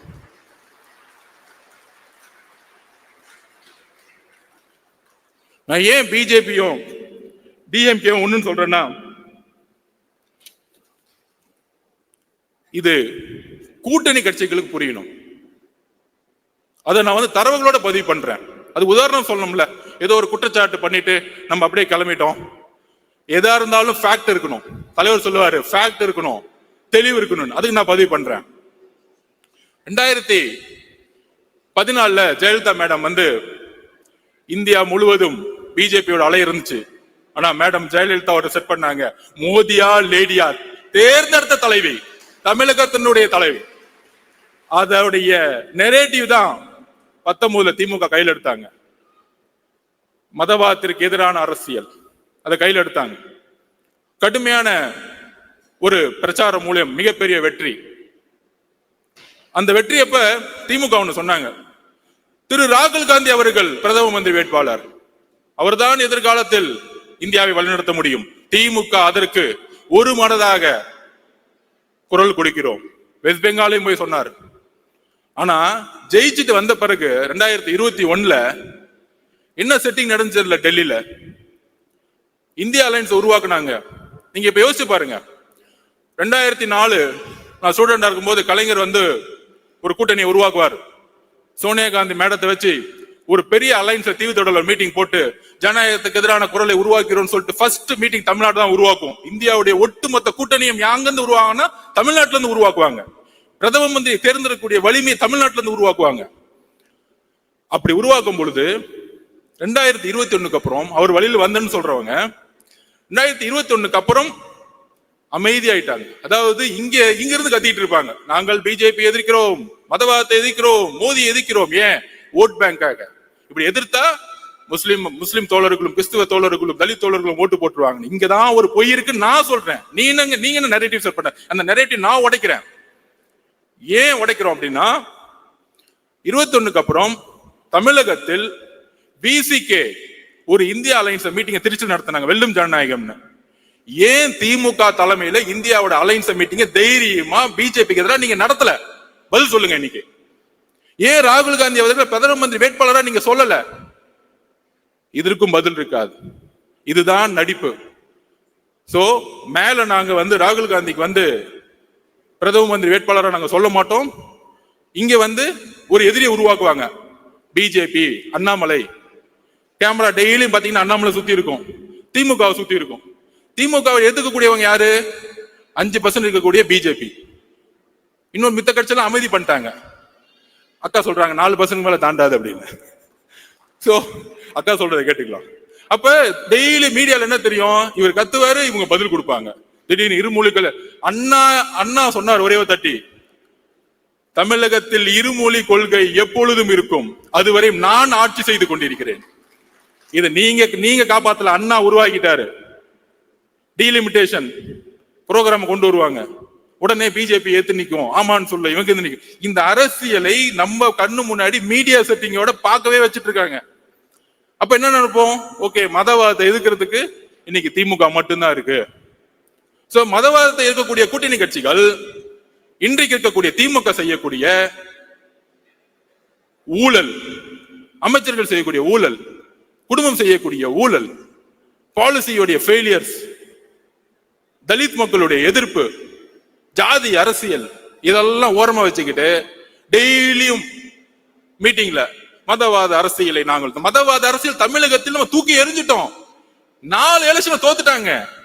வரக்கூடிய 2026க்கான தேர்தல் உங்களுடைய ஊழல் ஆட்சியை எப்படி எம்ஜிஆர் அவர்கள் தீய சக்தியை தூக்கி எறிந்து ஊழலற்ற ஆட்சி உருவாக்கணும்னு நினைச்சாரோ அந்த குறிக்கோளை இன்றைக்கு கூட்டணி கட்சிகள் இழப்பதனால் என்ன பிரச்சனை வரும்னு சொல்லிடுறேன். மக்களுடைய அன்றாட பிரச்சனையை இழந்திருக்கக்கூடிய கட்சிகள் தன்னுடைய இருப்பிடத்தை இழக்கும் பொழுது இங்கு பிஜேபி வளரக்கூடிய சூழ்நிலையை திமுக உருவாக்கி கொண்டிருக்கிறது. அது ஒரே ஒரு உதாரணம் சொல்லிடுறேன். திரு வைகோ அவர்கள் சிறந்த பேச்சாளர், தமிழ் தேசியத்துக்காக மிகப்பெரிய பேசுவார். ஆனால் கூட்டணி கட்சியை எப்படி ஹேண்டில் பண்ணாங்க? 2021 நம்ம தலைவர் சொன்னாரு, அதிகார பகிர்வு. ஏன்? எல்லோரும் சமமாக நினைக்கக்கூடிய சிந்தனை இருப்பதனால் அதிகார பகிர்வுன்னு சொன்னாரு. வேற எதுவும் கிடையாது. நம்ம கூட வரவங்க எல்லாருக்கும் அதிகாரம் கொடுக்கணும். அதிகாரம் கொடுக்கும் பொழுது அந்த அதிகாரம் பரவலாக்கும் பொழுது மக்களுடைய முன்னேற்றம் இருக்கும். திரு வைகோ அவர்களை எப்படி காலி பண்ணாங்க தெரியுமா? 6 தொகுதி கொடுத்துட்டு டிஎம்கே சிம்பிள் நிக்க வச்சுட்டாங்க. இன்னைக்கு வைகோ அவர்களுக்கு சட்டசபையில மெம்பர்ஸே கிடையாது. கடைசியில அவருடைய மகன் ஒரு அமைச்சர் முன்னாடி கண் கலங்கி அழுகுறார், நான் சொந்த சிம்பிள் தான் நிப்பேன் அப்படின்னு.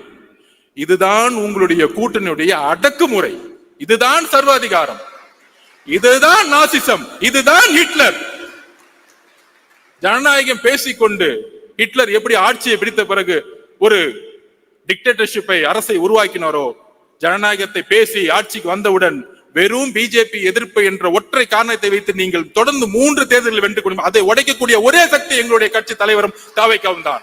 அதற்கான பயம்தான் எங்கள் மீது பல தரப்பட்ட விமர்சனங்கள். அந்த நாடகத்தன்மையோட நான் ஒரு கொஸ்டின் கேட்கிறேன் கூட்டணி கட்சிகளுக்கு. தமிழகத்தினுடைய பிரச்சனைகளை ஏன் குரல் கொடுக்க கூட்டணி கட்சிகள் இன்று அமைதியாக இருக்கிறது? அமைதியாக இருக்கும் பொழுது மக்களுடைய உணர்வு எப்படி வெஸ்ட் பெங்கால்ல கம்யூனிஸ்ட் தோழர்கள் அமைதியாக இருக்கும் பொழுது எப்படி பிஜேபி 2ஆம் இடத்துக்கு வந்ததோ அதே போல திமுக பிஜேபி வளர்க்கறதுக்கான எல்லா வேலைகளையும் செய்து கொண்டிருக்கிறது. டெல்லியில மேல செட்டிங் பண்ணிட்டு இங்க எதிர்க்கிற மாதிரி எதிர்க்கிறது.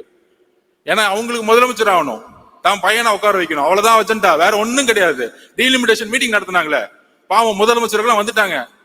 அண்ணா அக்கா வழிமொழிறாங்க, தம்பி பேசுறாரு, அப்பா பேசுறாரு. என்ன குடும்ப மீட்டிங்? பேசாம ஒரு பர்த்டே ஃபங்க்ஷன் வச்சிடலாமே. டீலிமிஷன் மீட்டிங்கா இல்ல பிறந்த நாள் விழாவா அது? சோ அந்த அளவிற்கு அரசியலை எந்த அளவிற்கு மக்கள் முன்னாடியும் தன்னுடைய மீடியாவுடைய பலத்தினாலும் நாங்கள் தான் ஒரு டிக்டேட்டர்ஷிப், நாங்கள் தான் ஜனநாயகவாதி சொல்லக்கூடிய ஒரு போலி ஜனநாயகவாதிகள், தன்னுடைய ஊழலை மறைப்பதற்கான போலி ஜனநாயகவாதிகள்.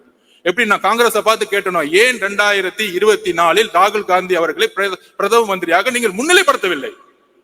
தமிழக காங்கிரஸ் தொண்டர்கள் இதை யோசிக்க வேண்டும். மேல இருக்கிற 1-2 பேரை செட் பண்ணிட்டு அதுவல்ல காங்கிரஸ். தமிழக காங்கிரஸ் உடைய தொண்டர்களுடைய உணர்வு காமராஜ் ஆட்சியை உருவாக்க வேண்டும். இதை ஏன் செய்யவில்லை? காங்கிரஸ் தொண்டர்கள் இதை கேள்வி கேட்க வேண்டும். அதற்கு அப்புறம் நம்ம சிபிஐ, சிபிஎம், கம்யூனிஸ்ட் தோழர்கள் என்ன ஒரு அடக்குமுறை. சாம்சங் தொழிலாளர்கள் போராட்டம், அண்ணா சவுந்தரராஜன் அரெஸ்ட் பண்றாங்க. யாரு? கூட்டணி கட்சியில் இருக்கக்கூடிய ஒரு தோழரை அரெஸ்ட் பண்றாங்க. டாஸ்மார்க்ல பூட்டு போடும்போது எஃப்ஐஆர் போடுறாங்க. ஆனா கேட்கறது இல்லை. அதுதான் சிபிஐ தோழர்களிடம் நான் கேட்கிறேன், கம்யூனிஸ்ட் தோழர்களிடம் கேட்கிறேன், ஏன் நீங்கள் குரல் கொடுக்க மாட்டேங்கிறீர்கள்? எதற்காக கேட்டா பிஜேபி வந்துடும். பிஜேபியை மக்கள் தொடை தெரிந்து விட்டார்கள். அதை நாம் நம்புவோம், அதை நாம் நம்புவோம். மக்களுக்கான உண்மையான அதிகாரத்தை உருவாக்கக்கூடிய அரசியலை உருவாக்குவோம். நாங்க ஏன் உங்களை விமர்சிக்க மாட்டேங்கிறோம்னா, நீங்க 40 வருஷமா மக்களுக்காக போராடி போராடி தியாகம் பண்ண தலைவர்கள் நாங்க வந்து உங்களுக்காக பேசிட்டு இருக்கோம். எங்களுடைய எதிர்ப்பு ஊழல்வாதிகளுக்காக. இதுக்காக கூட்டணிக்காக அர்ஜுன் பேசுறாரு. நோ, பிஜேபி உள்ள விடாம இருக்குன்னா பிசிகே இருக்கணும், கம்யூனிஸ்ட் இருக்கணும், காங்கிரஸ் இருக்கணும். நாங்கள் உண்மையாக முழக்கமிடுகிறோம். அரஸ்ட் பண்ணிட்டு ஜனநாயகத்தை குரலை உடைச்சிட்டு, அதுல அமைச்சரை மீட்டிங்ல அமைச்சர் பேசுறாரு. தஞ்சாவூர்ல தான் இருக்கிறார் இண்டஸ்ட்ரி, அவர் ஒரு பண்ணையாரு. 10 மணி நேரம் மீட்டிங் போகுது. மீடியால பேசுறது பாருங்க, எவ்வளவு பெரிய அவமானம் கூட்டணி கட்சிகளுக்கு. 10 மணி நேரம் மீட்டிங் பேசுறாரு. மீட்டிங் முடிச்சுட்டு வெளியே வந்த உடனே அந்த அமைச்சர் சொல்றாரு, நாங்க 10 மணி நேரம் பேசிட்டு இருக்கோம், இவங்க எதுக்காக வந்து பேசிட்டே இருக்காங்கன்னு தெரியல. டேய் அறிவு கட்டவங்களே, அவங்க என்ன கேக்குறாங்க? தொழிற்சங்கம் உருவாக்க வேண்டும். ஏன் உருவாக்கணும்? தமிழகத்துல 53% சர்வீஸ் இண்டஸ்ட்ரி, சேவைத்துறை, 34% உற்பத்தி துறை, 13% வேளாண்மை துறை. 3 துறைகளும் லேபர்ஸ் டிபார்ட்மெண்டா மாறி இருக்கு. ஒட்டுமொத்தமாக தொழிலாளர்கள் நிறைந்த தமிழ்நாடாக இன்னைக்கு மாறி இருக்கு. அப்ப தொழிலாளர்களுக்கான சட்டத்தை யார் உருவாக்குவா? புதுசா பாண்டட் லேபர் சிஸ்டத்துல வந்து 3000 8000 சம்பளத்துக்கு நீங்க வேலைக்கு அனுப்புறது ஒரு பெரிய விஷயமா? அப்படியே பொருளாதாரத்தை உருவாக்க முடியும்? அப்ப கம்யூனிஸ்ட் தோழர்கள் போராடுறாங்க. இந்திய அரசியல் சாசனத்தோடைய உரிமை தொழிற்சங்கத்தை உருவாக்க வேண்டும். தலைவரிடம் கோரிக்கை வைக்கிறேன், இனி நாம் தொழிற்சங்கத்தை தமிழகம் முழுவதும் உருவாக்குவோம். உங்களுடைய பெயருக்காக, நம்மளுடைய கட்சிக்காக தொழிற்சங்கத்தை மிகப்பெரிய உருவாக்குவோம். அந்த தொழிலாளர்களுக்காக போராடக்கூடிய ஒரே இயக்கம் தமிழக வெற்றி கழகமாக மாறும் கூடிய விரைவு. நீங்கள் குரல் கொடுக்கவில்லை என்றால் தமிழக வெற்றி கழகம் இருக்கிறது. தோழர்களே, நாங்கள் உண்மையோடு உங்களோடு பயணிக்க கொள்கை அடிப்படையில் தேர்தல் அரசியல் கூட்டணி இதெல்லாம் தூக்கி போடுங்க. முதல்ல மக்களுடைய பிரச்சனையை பத்தி மெதுவா பேசிட்டே இருப்போம். தேர்தல் அரசியல 2 மாசத்துக்கு முன்னாடி வச்சுக்கலாம். அந்த பிரச்சனையை பேசக்கூடிய தலைவரையும் மக்களையும் தான் மக்கள் தேர்ந்தெடுப்பார்கள். எழுதி வைத்துக் கொள்ளுங்கள். அடுத்தது நம்ம மனித நேய மக்கள் கட்சி ஜவஹர் அண்ணன் ஆட்சி வரதுக்கு முன்னாடி கோயம்புத்தூர் இருக்க முஸ்லிம்கள் விடுவிக்கப்படுவார்கள் மனித நேயத்தின் அடிப்படையில். ஆட்சி வந்த பிறகு சுப்ரீம் கோர்ட்ல அவங்கெல்லாம் வெளியே விட்டா சமூக நல்லிணத்துக்கு பிரச்சனை ஏற்படுத்திடும். யார் பண்றது? தமிழக அரசு. அதுக்கு அடுத்த வாரமே திமுக மேடையில திமுக உறுதி கொடுத்த மாதிரி முஸ்லிம் தோழர்களை வெளியே அமைச்சிருவோம். என்ன ஒரு நடிப்பு, என்ன ஒரு முரண். இந்த முரண்களை ஏன் இன்னும் கொஸ்டின் கேட்காம இருக்கிறோம்? நம்ம இந்த முரண்களை நம்ம கேள்வி எழுப்பணும். தோழர்கள் இங்க இருக்கக்கூடிய ஒவ்வொரு மாவட்டத்திலும் போது நம்மளுடைய முஸ்லிம் தோழர்களை பார்க்கும் பொழுது கேள்வி கேட்கணும்.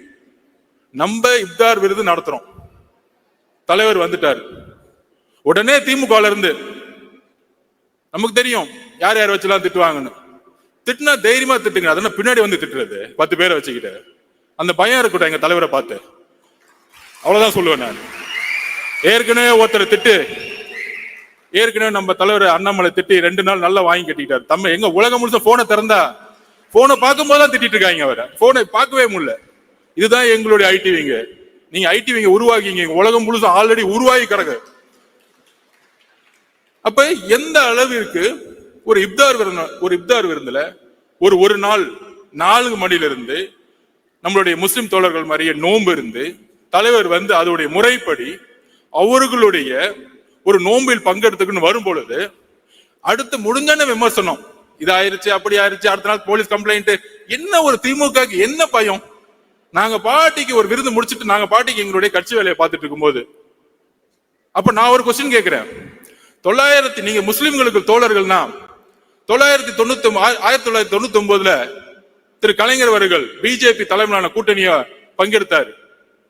குறைந்தபட்ச செயல் திட்டம் உருவாக்கணும். இன்றைக்கு பிஜேபியோடைய வளர்ச்சியும் அடித்தளமும் உருவாக்கப்பட்டது 1999 to 2004. அதுல பங்கெடுத்த முக்கியமான பார்ட்னர் டிஎம்கே. நாங்க பேசலாமா உங்க அரசியல? அதுல அன்னைக்கு 2001 காலகட்டங்கள்ல முஸ்லிம் தோழர்கள் கோத்ரால வந்து மிகப்பெரிய இழப்பு இருக்கும் பொழுது ஏன் நீங்க ரிசைன் பண்ணல? முஸ்லிம் தோழர்கள் 2000 பேர் இறந்துட்டாங்க. இந்த கூட்டணியிலிருந்து நாங்க வெளியே வரோம். ஏன் கேட்கல? ஏன் வெளியே வரல? ஏன்னா 10 அமைச்சர்கள் அங்க ஃபுல் கட்டிங், டெய்லி மணி, கரப்ஷன், பணம், அதிகாரம். இந்த முஸ்லிமுடைய தோழமை, கிறிஸ்துவ தோழமை எல்லாம் தலைவர் சொன்ன மாதிரி கபட நாடகம். கபட நாடகம், நாடகத்தோடைய கட்டமைப்பு. எங்களுடைய தலைவரும் கட்சியும் உணர்வு பூர்வமாக 234 தொகுதியிலும் இன்னைக்கு நோன்பு இருந்துட்டு இருக்காங்க. அதுக்கான அழைப்பை கொடுத்துட்டு இருக்காங்க. நாங்கள் உண்மையாக இருக்கிறோம் மக்களிடம். எங்களுடன் பிரிவு கிடையாது, மதத்தின் பால் பிரிவு கிடையாது, ஜாதியின் பால் பிரிவு கிடையாது, பாலின பால் பிரிவு கிடையாது. நாங்கள் எல்லாம் ஒரே மக்கள் என்கின்ற ஒரு குரல் தமிழகத்தில் தலைவர் மூலம் நாங்கள் ஒலித்துக் கொண்டிருக்கிறோம். அப்புறம் நம்ம விசிகே அண்ணனுக்கு ஒரு கேள்வி. வேங்கவேல் பிரச்சனைக்கு ஏன் திருமாவளவன் போல? யாரு தடுத்து நிப்பாட்டினா? எந்த அதிகார சக்தி தடுத்து நிப்பாட்டினாங்க? எங்களுடைய தலைவர் விகடன் மேடையில் ஒட்டுமொத்த கிராம மக்களையும் அழைத்து அவருடைய பிரச்சனைகளை கேட்டு அவர்களுக்கான மரியாதை கொடுத்த அடுத்த மாதத்தில் காவல்துறை என்ன ஒரு கேவலமான செயல். விகடன் பத்திரிகையில் அவர் பேட்டி கொடுத்திருப்பாங்க. அந்த 3 பேர் கைது செய்தவங்க, நாங்க மழை தண்ணி குடிக்கும் பொழுது கூட எங்களுக்கு இந்த அவமானம் இல்லை, ஆனால் நாங்கள் தான் அந்த தண்ணியை கலந்தோன்னு சொல்லக்கூடிய அவமானம், நாங்க தற்கொலையே பண்ணிக்கலாம்னு சொல்லக்கூடிய வேதனையை அந்த பேட்டியில் நம்ம பார்த்தோம். உடனே ஒரு கேள்வி, நீங்க வேங்கவேல் போல போவாரு, சொல்யூஷன் கொடுக்க போவாரு. உங்களை மாதிரி கேமரால பார்த்துட்டு கட்டி பிடிச்சிட்டு போக வரல. நிரந்தர முடிவு என்ன? இந்த பிரச்சனைக்கு நிரந்தர முடிவு என்ன? நிரந்தர முடிவு அங்க இருக்க அரசியல் அதிகார சக்தியை கைது செய்யணும், இதுக்கான காரணமானவர்களை. அப்ப தலித் பிரச்சனைகள் எவ்வளவு பிரச்சனைகள் இங்க போயிட்டு இருக்கு. கொடி ஏத்த முடியல, ஒவ்வொரு நாளும் ஒவ்வொரு பிரச்சனை. பொருளாதாரம் வந்துச்சுன்னா மலத்தை கலக்கிறது, படிச்சா வாயில வெட்டுறது, பைக் ஓட்டினா கையை வெட்டுறது, காவல்துறை வேடிக்கை பார்த்துட்டு இருக்கோம். இதுக்கு எல்லாம் காரணம் உள்துறை அமைச்சர். கூட்டணி கட்சி தயவு செய்து பேசுங்க. உங்களுடைய மேஜர் பார்ட்னர் விசிக்கு ஏன் அமைதியாக்கப்படுது? அண்ணா, உங்கள் மீது எங்களுக்கு மரியாதை இருக்கிறது. நீங்கள் தான் 40 வருடமாக குரல் கொடுத்தீர்கள். இன்றைக்கு நாங்கள் குரல் கொடுத்துக் கொண்டிருக்கிறோம். உங்களுடைய உழைப்பையும் உங்களுடைய பயணத்தையும் நாங்கள் இழிவுபடுத்தவில்லை. ஆனால் திமுக என்கின்ற ஒரு கட்சி உங்களை ஒட்டுமொத்தமாக வைகோ அவர்களை எப்படி கூட இருந்தே கட்சியை க்ளோஸ் பண்ணாங்களோ அதே மாதிரி விசிகேவை க்ளோஸ் பண்ண வச்சிட்டு இருக்காங்க. எப்படி மோதி கூட சேரவங்க எல்லாம் காலி பண்ணுவாரோ அதேதான் எக்ஸாம்பிள் இவர் தான். கூட இருக்கவங்க எல்லாம் கட்சியை கலைச்சிட்டு எல்லா கட்சி 2ஆம் கட்ட தலைவர்களும் எல்லாம் வாங்க, அப்படி பின்னாடி வாங்க, எல்லாம் சீட்டு கொடுத்துருவோம். கடைசியில 6 தொகுதி திமுக சிம்பிள் நில்லு. திமுக சிம்பிள் நின்னா நாங்க எதுக்குடா கட்சி ஆரம்பிக்கணும்? நாங்க எதுக்கு மக்களுக்காக போட வரோம்? திமுகலே சேர்ந்துடலாமே. அப்ப எந்த அளவிற்கு ஜனநாயகத்தை இங்க கேள்விக்குறியாக்கி பிஜேபியோட வழியில் இணைந்து இன்னைக்கு ஒரு அரசியலை உருவாக்கி கொண்டிருக்கிறார்கள். இதுதான் தமிழக மக்கள் விழிப்புணர்ச்சியோடு இனி சிந்திக்க வேண்டும். நம்மளுடைய தோழர்கள் இது சிந்திக்க வேண்டும். நமக்குள்ள ஒரு ஒற்றுமை இருக்கணும். திடீர்னு அண்ணன் 4 பேர் பேசிட்டு இருப்பாங்க, ஏதோ மைக்ல பொதுச் செயலாளர்கள ஆனந்த் அண்ணன் அவர் வந்து ஜாதியை பாக்குறாரு, அப்பாயின்மெண்ட் வந்து இப்படி போட்டாங்க. இதெல்லாம் திமுக ஏற்படுத்தக்கூடிய கட்டமைப்பு, பொய் கட்டமைப்பு. எப்படி ஹிட்லர் அவர்கள் கோயபிள்ஸை உருவாக்கினாரோ அதே மாதிரி இங்க 20-30 கோயபிள்ஸை உருவாக்கி யூடியூப்ல பேசிட்டு இருப்பாங்க, டிவில பேசிட்டு இருப்பாங்க. இந்த கோயபிள்ஸை உடைக்கிறதுக்கு 2ஆம் உலக போறப்ப தெரியும். இந்த பக்கம் பிரிட்டிஷ் சண்டை போட்டு இருப்பாங்க, இந்த பக்கம் ஹிட்லர் முசோலினி சண்டை போட்டு இருப்பாங்க. ஆனா அமைதியா ஒரு சக்தி இருக்கும், அது அமெரிக்கா. அமைதியா கட்டமைப்பு உருவாக்கி ஒரு நியூக்ளியர் வெப்பனை ரெடி பண்ணி அமைதியா பார்த்துட்டே இருப்பாங்க. திடீர்னு வந்து ஜப்பான் மேல ஒரு நியூக்ளியர் வெப்பனை போடுவாங்க, அதோட வார் க்ளோஸ். இன்னைக்கு உலகத்தோடைய நம்பர் 1 அமெரிக்கா. பிரிட்டிஷும் கிடையாது, ஜெர்மனும் கிடையாது, பிரான்சும் கிடையாது. அந்த நியூக்ளியர் வெப்பன் தான் எங்களுடைய தலைவர். அமைதியா இருக்கிறன்னா ஒரு பெரிய செயல் திட்டம் உருவாகிட்டு இருக்கு. நீங்க ரிட்டையர்மெண்ட்டுக்கு ரெடி ஆகிட்டு இருக்கீங்க, அடுத்த சிறை போறதுக்கு ரெடி ஆகிட்டு இருக்கீங்க. காவல்துறை எப்படி கிளீன் பண்ணணும், பொதுப்பணித்துறை எப்படி கிளீன் பண்ணணும், பெண்களுக்கான பாதுகாப்பை எப்படி உருவாக்கணும், இந்த தலித் மக்களுக்கான பாதுகாப்பை எப்படி உருவாக்கணும், முஸ்லிம் தோழர்களுக்கும் கிறிஸ்துவ தோழர்களுக்கும் பாதுகாப்பு மட்டுமல்ல வளர்ச்சியை எப்படி உருவாக்கணும். இந்த பாதுகாப்பு வார்த்தையில விடுங்க, உண்மையான வளர்ச்சி. எத்தனை முஸ்லிம்ஸ்கள் இன்னைக்கு வந்து தலித் மக்கள் வந்து இன்னைக்கு வந்து ஒரு பிசினஸ் மேனா இருக்கிறாங்க, எத்தனை பேர் இருக்கிறாங்க பொருளாதாரத்துல உயர்ந்து. இதுதான் 70 வருஷமா இவன் கட்டமைச்சக்கூடிய வளர்ச்சி. இவங்க சொல்லுவாங்க ஜாதி 100 உடனே பேசுவாங்க, ஜாதி 1000 வருஷமா இருக்கு, இதை உடனே எப்படி ஒழிக்க சொல்லலாம் திமுக பார்த்து. அதே காலகட்டத்தில் நம்பூதிரிபாடு அவர்கள் அரசியலை மாற்றினார். காங்கிரஸ் இல்லாத முதலமைச்சர், அதற்கு அப்புறம் அண்ணா. நம்பூதிரிபாடு அவர்களால் உருவாக்கிய கம்யூனிஸ்ட் கட்சி இன்றைக்கு ஜாதியின் கட்டமைப்பில் உருவாக்கிய தேர்தல் அரசியலை ஒழிச்சிருக்கு. இன்னைக்கு கம்யூனிஸ்ட் பார்ட்டி இன்னைக்கு கேரளால ஒழிச்சிருக்கிறாங்க. தோழர்னு சொல்லக்கூடிய 20 வயசு பெண்ணை கூட இன்னைக்கு எம்எல்ஏ ஆக்குறாங்க, மினிஸ்டர் ஆக்குறாங்க. ஆனா தமிழகத்துல நடந்துட்டு இருக்கா? பேசிக்குவாங்க, அங்க யாருப்பா இருக்கிறா, அங்க 60% நம்பால் தான்ப்பா இருக்கிறாங்க. இன்னும் நம்பால், எல்லாருமே நம்பால் தான்ப்பா. என் தலைவரை பொறுத்த வரைக்கும் எல்லாமே நம்பால் தான்.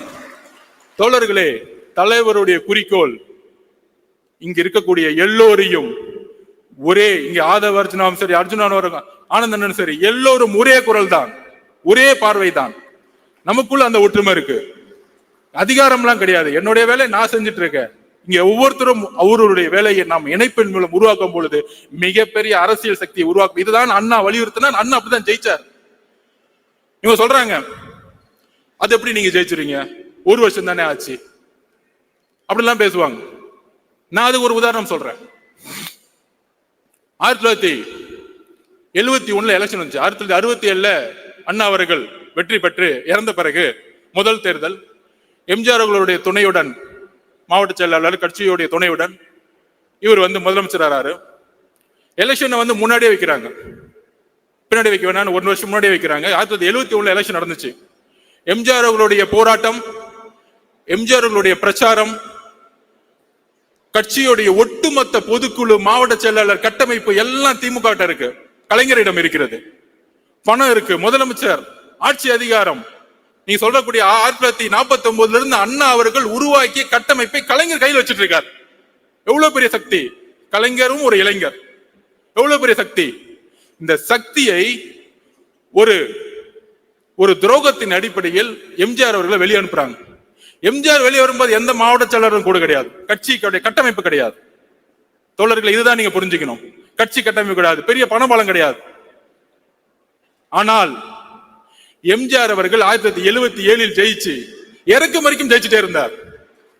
அதுக்கான காரணம் தெரியுமா?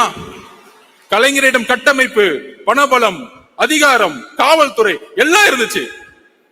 ஆனா வெற்றி பெற்றதுக்கு காரணம், எம்ஜிஆருக்கான காரணம் ஒன்னே ஒண்ணுதான். எம்ஜிஆரிடம் உண்மை இருந்தது, கலைஞர்களிடம் அநீதி இருந்தது.